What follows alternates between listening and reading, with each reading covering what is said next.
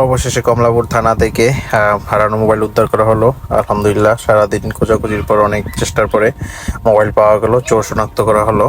আসসালামু আলাইকুম প্রিয় ভিউয়ার্স, আজকে একটা দুঃসংবাদ নিয়ে সকাল সকাল আসলাম কমলাপুর। আজকে সকালে আমার ভাই একটা ট্রিপ নিয়ে আসছে, তো সে যাত্রীর মাল নামানোর জন্য পিছনের ডালা খুলতে গেছে, সামন থেকে চোর তার মোবাইলটা নিয়ে গেছে আর কি। যাই হোক, আজকে আসলাম সকাল সকাল কমলাপুর রেল স্টেশনে, দেখি কি হয়। আসলাম থানার ভিতরে, দেখা যাক চেষ্টা করি কি অবস্থা হয়। এখান থেকে মোবাইল হারানো গেলে আর ফিরে পাওয়া, সেটা আসলে একটা অনেক যুদ্ধের একটা বিষয়। যাই হোক, অফিসারের কাছে আসলাম, বাট তার কাছ থেকে কোনো সমাধান পেলাম না। দেখি কি হয়, অপেক্ষা করলাম। অনেকক্ষণ পরে এসপি মহোদয়ের সাথে দেখা হলো, ভিতরে গেলাম। ভিতরে যাওয়ার পর সে আরেকজনের সাথে কথা বলতেছিল। যাই হোক, অপেক্ষা করলাম। অপেক্ষা করার পরে তার সাথে কথা বলার সুযোগ পেলাম আর কি। যাই হোক, তার পুরো ঘটনা আর কি খুলে বলি যে কিভাবে কি হয়েছে সকালবেলা, কি সমস্যা হয়েছে আমাদের।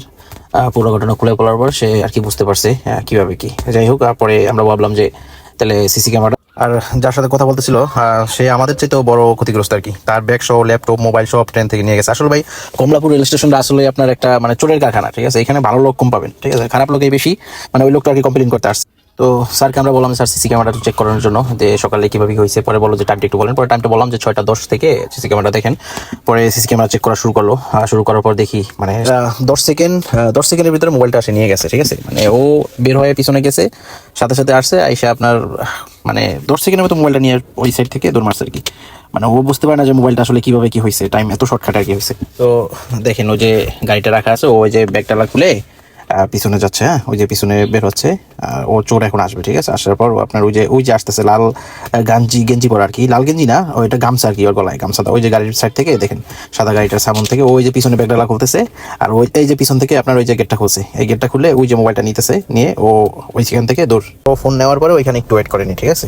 মানে 10 সেকেন্ডের ভিতরে ও ঘাও। পরে আপনার এই সাইডে যে ক্যামেরা আছে, আবার এই ক্যামেরা দেখলাম যে এইখান থেকে আসতেছে আর কি, ওই যে দৌড়ে পালাচ্ছে।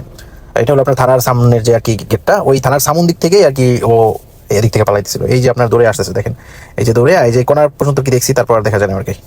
এরপরে আর থানার ক্যামেরাও নেই, যাই মানে এই পর্যন্ত কি দেখা গেছে। তারপর হোক, মানে ছবিগুলো ক্লিয়ার বোঝা যায় না আর কি। পরে পুলিশ বলতেছে যে আপনারা চেষ্টা করেন, আমরা চেষ্টা করি, আপনারা দেখেন এখানে খোঁজখবর নিয়ে। পরে আমরা ফুটেজগুলো নিয়ে উপর থেকে যাচ্ছিলাম, যে দেখি উপর থেকে একটু ঘুরি আর কি, এদিকে কখনো যাওয়া হয় না, তো এই জন্য আর কি গেছি। পরে যাওয়ার পরে এখানে দেখলাম যে মানে শুধু হিরো আর কি। ধরার পরে 2-1 ইনফরমেশন যেটুকুই পাইছি, পাওয়ার পরে কিছু ইনফরমেশন পাইলাম, পাওয়ার পরে ওইখানে গেলাম আর কি। আমরা যে লোকটা করছে ওরা আর কি চিনতে পারছে, ও আছে মর্গে, মানে কোলালামপুরে, এই সরি কমলাপুরে যে আর কি মর্গ আছে, মর্গ আর কি বড় মানুষ যেখানে রাখে, ওইখানে আর কি আছে। যে বলছে ভাই ওইখানে খোঁজ নেন। পরে আমরা ওইখানে গেলাম। ওইখানে যাওয়ার পর দেখি যে না, ও ওইখানে পুরো পরে ঘুমাচ্ছে, ঠিক আছে। মানে ও আর মানুষের ভিতরে। আমরা আগে গিয়ে কনফার্ম হয়েছি যে ওইখানে আছে কিনা। পরে দেখলাম যে ওইখানে আছে। পরে আমরা বললাম যে তাহলে ওরে একা এখানে টাকা লাভ নাই, আমরা পুলিশ নিয়ে আসি। পরে আমরা যে এসপি মহোদয়ের কাছে বললাম, সে কনস্টেবল পাঠাইছে। পরে ওরে নিয়ে আর কি যাইতেছি থানার দিকে। ও তো মানে দুনিয়ায় নাই যে ভাই কি হয়েছে আমি কিছুই জানি না, ঠিক আছে, পুরো উল্টাপাল্টা আর কি। যাই হোক, ওরে নিয়ে আর কি যাইতেছি, দেখি কি হয়। সবচাইতে খারাপ ব্যাপার লাগছে ভাই, মানে মানুষ আসলে কত যে আছে, কত কষ্টে আছে।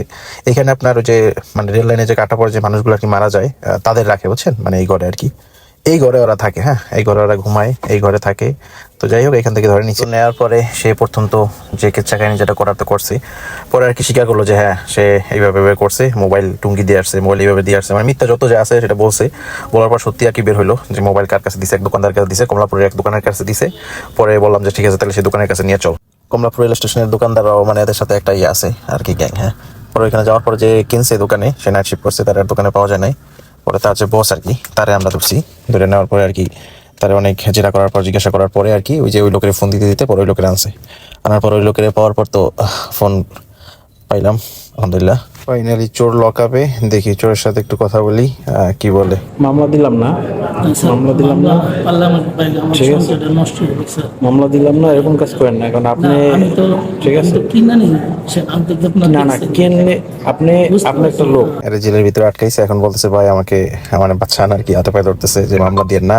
তুলে নেওয়ার পরে আমি ভাবলাম যে ঠিক আছে, মামলা দেওয়ার দরকার নেই, ছেড়ে দেখ। সব শেষে আলহামদুলিল্লাহ, আলহামদুলিল্লাহ সব মোবাইলটা ফিরে পেয়েছি। এই জন্য অবশেষে বলতে চাই, যারা এইসব ঝামেলা জায়গায় যাবেন একটু সাবধানে থাকবেন, মোবাইল সাবধানে রাখবেন, গাড়ি নক করে তারপর নামবেন। আর সবশেষে যারা পাশে ছিল, অনেকেই সাপোর্ট দিছে, সবাইকে ধন্যবাদ। সবাই সবার পাশে থাকবেন, বিপদে সবাই এগিয়ে আসবেন, ইনশাল্লাহ সব এরকম সমাধান হবে। যারা এই পাশে ছিল সবাইকে ধন্যবাদ। সবাই ভালো থাকবেন, সাবধানে থাকবেন।